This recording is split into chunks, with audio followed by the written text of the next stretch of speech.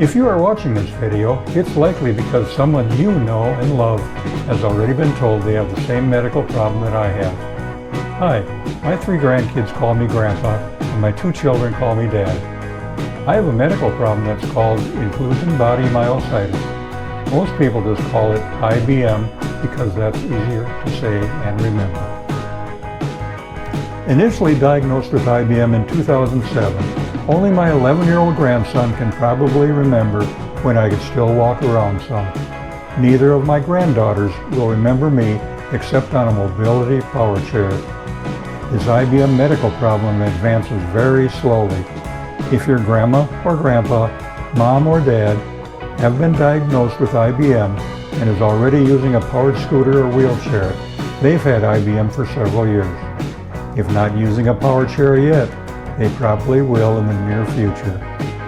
Luckily, only a small number of people will ever be affected with this IBM problem, but that small number includes 20 to 30,000 adults here in the USA, and that number swells to over 100,000 across the globe. No one knows the exact cause for people getting this very rare muscle condition. IBM is in a medical category of a type of muscular dystrophy.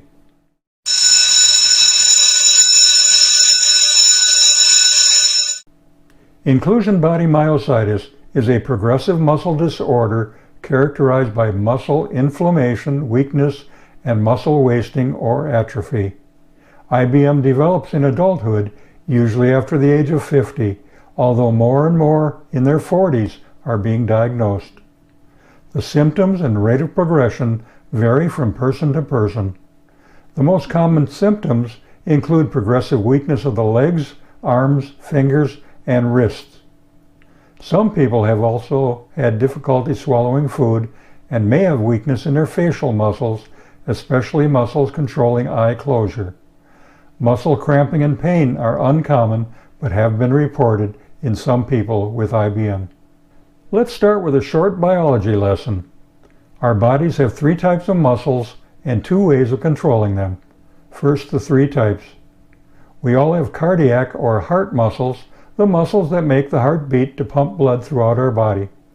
IBM does not usually affect the heart muscles. Everyone has smooth muscles, or ones that are inside the walls of our hollow organs, like in our eyes to control eye movement, or inside our intestines to help move food through the digestive system.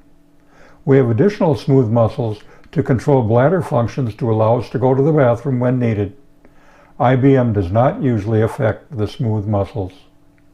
Then we all have skeletal muscles that make our limbs move and allow you to run, jump, sit, stand, swim, work in our chosen careers, play tennis, basketball, and baseball, knitting, or any other type of activity requiring body motion.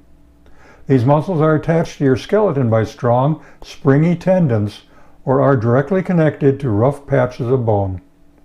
Unfortunately, it's many of the skeletal muscles that are affected in people with IBM. How are these 3 muscle types operated?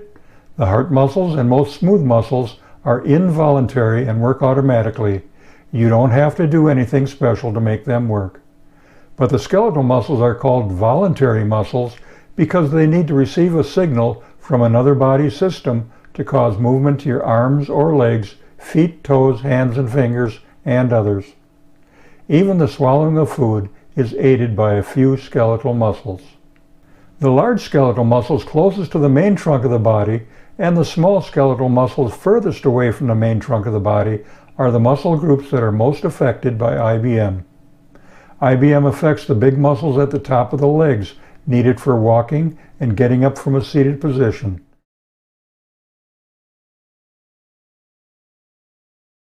And the arm muscles that are needed for pushing, pulling, and lifting in each arm.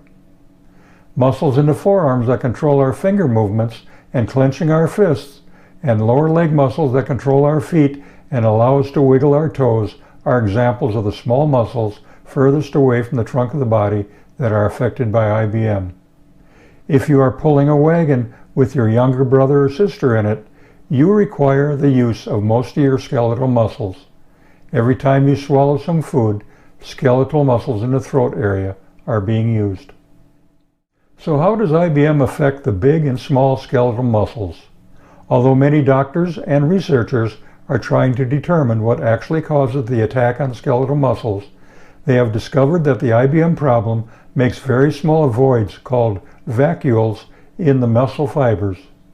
These very small vacuoles in the muscle fibers weaken the muscles and do not allow the muscle to rebuild themselves like your healthy muscles do, even with an adequate amount of exercise. When too many vacuoles overcome enough cells in any certain muscle group, a loss of power from those muscles will be experienced. Many people who have been diagnosed with IBM can remember when they first started to have a problem standing up from a seated position, or remember falling to the ground or floor when their weakened leg muscles allowed their knees to buckle unexpectedly. As you can probably imagine, that if your grandma or grandpa, mom or dad fall down, they could hurt themselves very badly. IBM persons, even in the moderate stage of this condition, will usually have great difficulty or find it impossible to stand up after a fall. Most people with IBM would rather use a mobility power chair than suffer the consequences from another serious fall. In more technical terms, the quadriceps group is comprised of 4 muscles that are located in the front of the thigh. All 4 muscles are the key extensors of the lower leg at the knee joint and also stabilize and protect the knee joint. When IBM attacks any part of this muscle group, the likelihood that an unexpected knee collapse will occur and an ugly and dangerous fall can easily happen.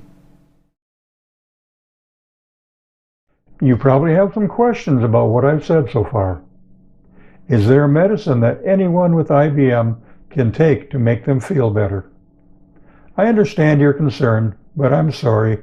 Doctors and researchers have not yet found a medicine that will take away or even slow this IBM, but they are still doing research to discover possible remedies that might help in the future. Can IBM be treated with a rigorous exercise routine? Although exercise is great for muscles not affected by IBM, there's no medical proof that tells us that exercise will reverse or even slow muscle deterioration once they start to waste away.